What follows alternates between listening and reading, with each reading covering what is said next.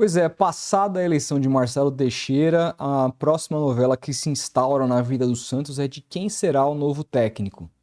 Quem será o homem que vai assumir o compromisso mais difícil da história do Santos, compromisso com mais responsabilidade da história do Santos, que é tirar o time da segunda divisão, local onde nunca deveria ter ido, né? Foi por tamanha incompetência da última gestão. Eis que me deparo ontem com uma live do Giovanni lá no Diário do Peixe, um cara que eu sempre assumi que eu gosto bastante. Não é tudo que eu concordo com ele, a gente não concorda com tudo com absolutamente ninguém, mas é um cara que eu acho que tem uma visão, traz coisas diferentes do senso comum. E eu gosto disso, caras fora da caixa, sabe? Ele é um desses caras. É um dos caras, talvez o cara que eu mais acompanho aí, que cobre o Santos nas suas lives de segunda-feira. Eu acho que é o cara, enfim, que eu mais paro para ouvir, independentemente de concordar ou não. Dito isso, estava assistindo a live da repercussão com relação ao Marcelo Teixeira, já havia gravado o meu vídeo aqui, e aí ele tem uma parte que ele fala sobre técnicos. Uma parte que, inclusive, me surpreende, e outra que, na verdade, algumas coisas me surpreenderam. Tirando o nome do Carpini que foi citado, eu vou explicar para vocês. A primeira coisa que ele fala é que o nome principal do Marcelo Teixeira, e não é informação só dele, o Fabiano Fará deu isso. Hoje eu estava vendo um vídeo aqui do Wagner Frederico dizendo a mesma coisa. Inclusive o Wagner cravando que há uma reunião hoje online entre o Marcelo Teixeira, o grupo do Marcelo Teixeira e o Léo, que deve ser o homem forte do futebol, segundo o Wagner Frederico. O Léo, lateral esquerdo, aquele mesmo ídolo do Santos. Para quem não sabe, eu escrevi um livro sobre o Léo, foi meu TCC, uma biografia do Léo, e eu nunca publiquei. Nunca publiquei porque eu achei que não ficou muito boa. Combinei um número de entrevistas com o Léo para poder embasar o vídeo e ele me deu uma entrevista só. E aí eu tive que ir muito mais para o campo das pesquisas do que propriamente do jeito que eu queria levar o livro. Acabei passando na faculdade e tal, mas engavetei o livro, nunca soltei isso. Ele sabe disso, eu tenho o livro engavetadinho lá na casa dos meus pais até hoje. Foi um ídolo meu. Gol do Léo, aquele 3-2 contra o Corinthians, foi o gol da minha vida. Bom, voltando, né? Para não desvirtuar muito. O Santos tem uma reunião agendada, segundo o Wagner Frederico, com o Juan Pablo Vojvoda. É isso mesmo. Me surpreende muito, por quê? Porque o Vojvoda está em alta. Acho que é um cara que vai receber um alto salário em 2024, independentemente de onde esteja. Ele tem mais um ano de contrato com Fortaleza. Ele já disse ano passado que chegou a renovar o contrato com o Fortaleza. Ele não renovou por um, renovou por dois. A gente sabe como que são técnicos argentinos para questão de cumprimento de contrato. Mas também a gente viu a coletiva dele depois ali, acho que do penúltimo jogo, não garantindo se ficaria ou não, estava meio cansado, aquela coisa toda. E eu acho um nome excelente para o Santos, seria o melhor nome possível, um dos melhores nomes possíveis para essa reconstrução. Um cara que está acostumado no próprio Fortaleza, apesar de primeira divisão, a trabalhar com nomes desconhecidos, nomes que não tem tanta mídia. E é o que o Santos vai ter, porque vai precisar enxugar a sua folha de pagamento do elenco para o próximo ano para conseguir cumprir ali todos os seus compromissos, né? Eu acho que é o nome perfeito, mas ao mesmo tempo eu pensei, caramba, o Palmeiras cogitou o Vojvoda se o Abel saísse, sabe? O cara vai topar treinar o Santos na segunda divisão. Aí fiz um pequeno exercício, eu pensei, tá, mas se ele não vier para o Santos, quais são os grandes do Brasil que sobram para ele? Gente, se a gente para para pensar, todos os grandes clubes hoje estão muito bem com seus respectivos técnicos. Rio Grande do Sul, não vejo o Inter trocando o Cudê, nem o Grêmio trocando o Renato. Minas, o Cruzeiro pode ser um time. Teve aí o Autuori, de alguma maneira, ali, por algum tempo, interino, né? Mas o Galo tá com o Filipão e não abre. O segundo turno, o Galo foi o melhor time do segundo turno no Campeonato Brasileiro. O Filipão encontrou uma maneira de jogar. Eles não vão abrir mão do Filipão pro próximo ano. Então, assim, desses aí eu começo a ver o Cruzeiro, de repente, como um concorrente direto. Se pensar no nome do Vojvoda e outro, o Cruzeiro tem uma SAF, tem muito mais organização, além de estar na Série A e tal. Eu acho que seria um projeto mais atraente, poderia até pagar mais para o próprio Vojvoda. Isso se eles quiserem ir atrás do Vojvoda, eu não tenho essa informação. Aí quando você vai para o Rio de Janeiro, você vê o Botafogo, um outro time que, pô, assinou um contrato longo agora com o Thiago Nunes, os caras vão mandar embora. Mas é o único time que talvez pudesse fazer esse movimento, porque o Flamengo vai de Tite, o Flu vai de Diniz, e o Vasco vai continuar com o Ramon Dias. Não vejo o Vasco abrindo mão do Ramon Dias, que fez um excelente trabalho também no segundo turno do Campeonato Brasileiro. E em São Paulo vai continuar com o Dorival, o Corinthians tem contrato com o Mano, uma baita de uma multa, e o Palmeiras, a tudo indica que o Abel vai continuar. Então, assim, entre o universo dos grandes clubes, dos 12 grandes, eu sei que tem o Atlético Paranaense nessa conta, que pode vir a ser um time que se interesse pelo Vojvoda, se interessasse, teria muito mais vantagem do que o Santos, e outros tantos aí, mas assim, dos 12, gente, eu talvez veja o Botafogo e o Cruzeiro, se é que eles vão se interessar pelo Vojvoda, como possibilidades, né? Mas eu acho que o principal adversário de quem quiser contratar o Vojvoda é o próprio Fortaleza, porque ali ele tem um trabalho consolidado, vai disputar a Sul-Americana de novo, foi finalista esse ano, e a gente sabe como é que funciona a cabeça dos argentinos com relação ao cumprimento dos seus próprios contratos. Então, acho que seria um acerto gigantesco do Marcelo Teixeira no Santos. Acho que seria mostrar não só para a torcida e dar esperança de volta para a torcida, mas seria de alguma maneira mostrar para o mercado que o Santos está vivo. Aquela coisa do slogan dele, o Santos grande de novo. Isso que eu falo, gente. Sempre faltou isso para o Rueda, pensar no Santos como grande. O Rueda tentou vários técnicos horrorosos por aí, porque não enxergava o Santos como do tamanho que o Santos é. Isso levou o Santos para o rebaixamento, você não tem a menor dúvida. Dito isso, existem outros dois nomes que foram mencionados na live do Giovanni Martinelli que acho muito interessantes. O primeiro deles, obviamente, é o Thiago Carpini. A gente acompanhou muito de perto o trabalho desse treinador, muito jovem, de apenas 39 anos. Ele é um pouquinho mais velho que eu, cara. Eu vou fazer, agora em 24, eu faço 36. Cara, da mesma geração que eu, treinando com tanta competência já. Todo mundo viu o trabalho que ele fez com Água Santa, que é um time que não tem nem divisão no futebol nacional, levou para a final do Campeonato Paulista, eliminando grandes como o São Paulo, por exemplo, e fazendo um primeiro jogo, ganhando o Palmeiras, fazendo um primeiro jogo duríssimo contra o Palmeiras, até tomar aquela goleada no Allianz e tal, até por conta, pô, o lateral dos caras era o Inocêncio, o meio dos caras era o Luan Dias, o atacante dos caras era o Mezenga, esses caras eu vi jogar no Santos, né? Jogadores absolutamente abaixo da crítica, jogadores amadores, né? Então, assim, foi um trabalho ali muito interessante que ele fez. E aí, gente, ele assume o Juventude. Juventude cravado na zona do rebaixamento, um começo de Série B ridículo. E ele tem uma reviravolta absurda no Juventude e leva o Juventude a depois. Ele tem uma sequência ali de 4 empates no final que quase tira o Juventude da zona de classificação. Mas a vitória no último jogo, com um jogador a menos de virada, ela é épica, né? Para capitanear um contexto épico assim de ano, né, para ele.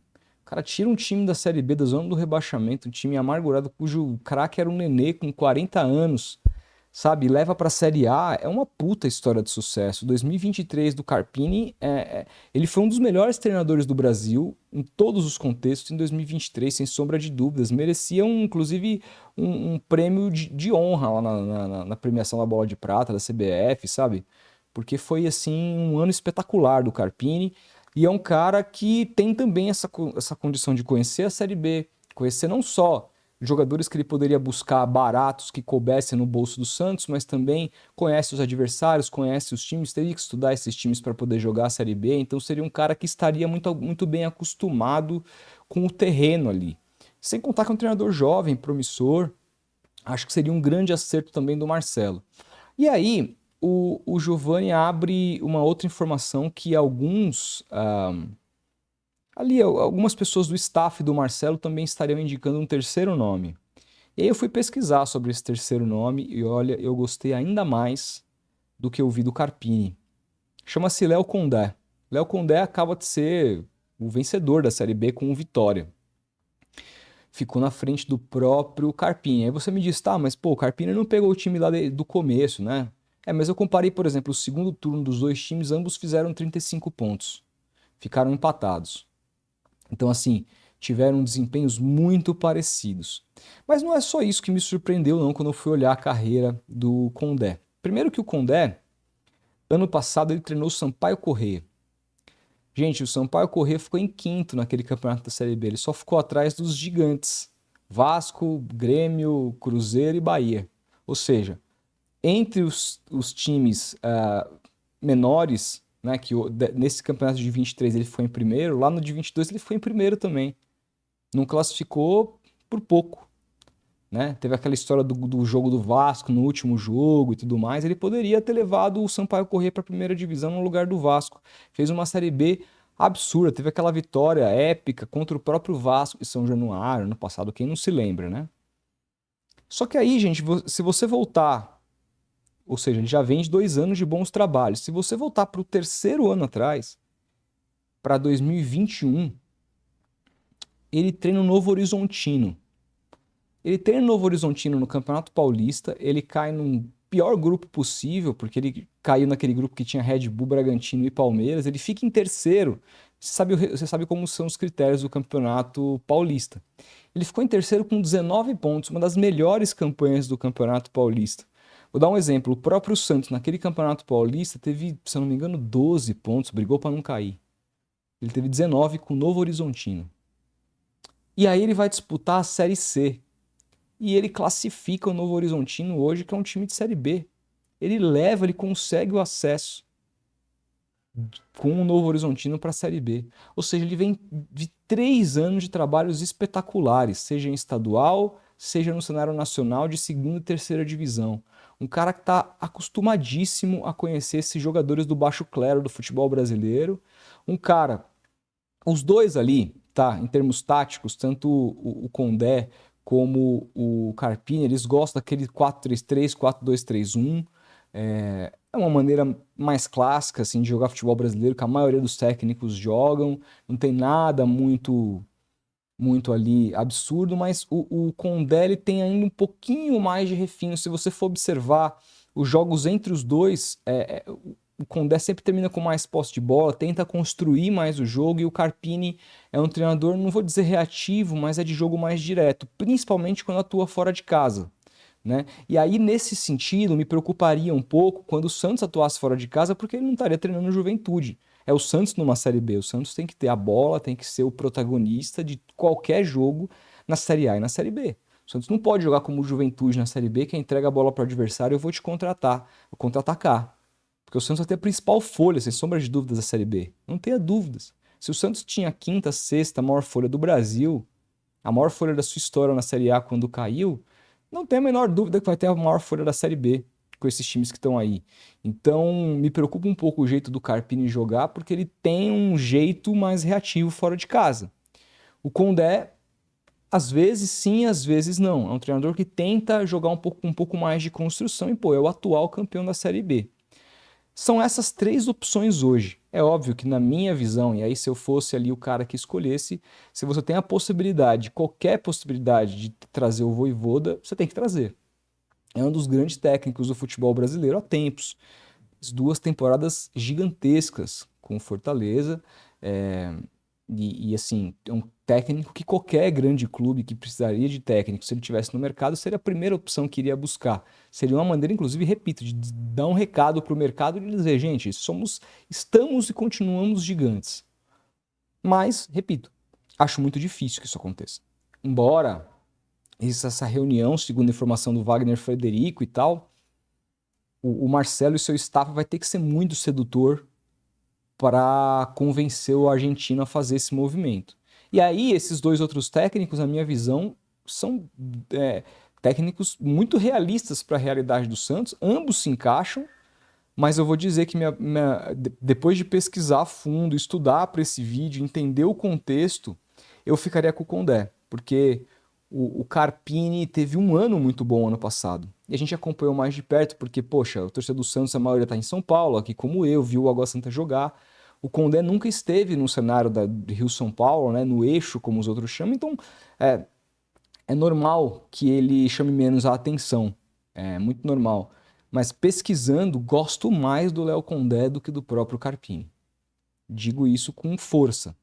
Não que eu ache o Carpini uma decisão ruim, mas são dois técnicos parecidos, promissores. O Condé também é muito jovem, 45 anos apenas, mas eu acho que é um cara que já vem de 3 anos de trabalho consistente, mostrando que o que aconteceu com ele em 2023, o título do Vitória não foi por acaso. Ele já vinha batendo na trave com o Sampaio Corrêa. E vou lembrar que em 2020, voltando 4 anos, eu voltei 3, né? Voltando 4 anos, ele também treinou o Sampaio e terminou em sexto na Série B.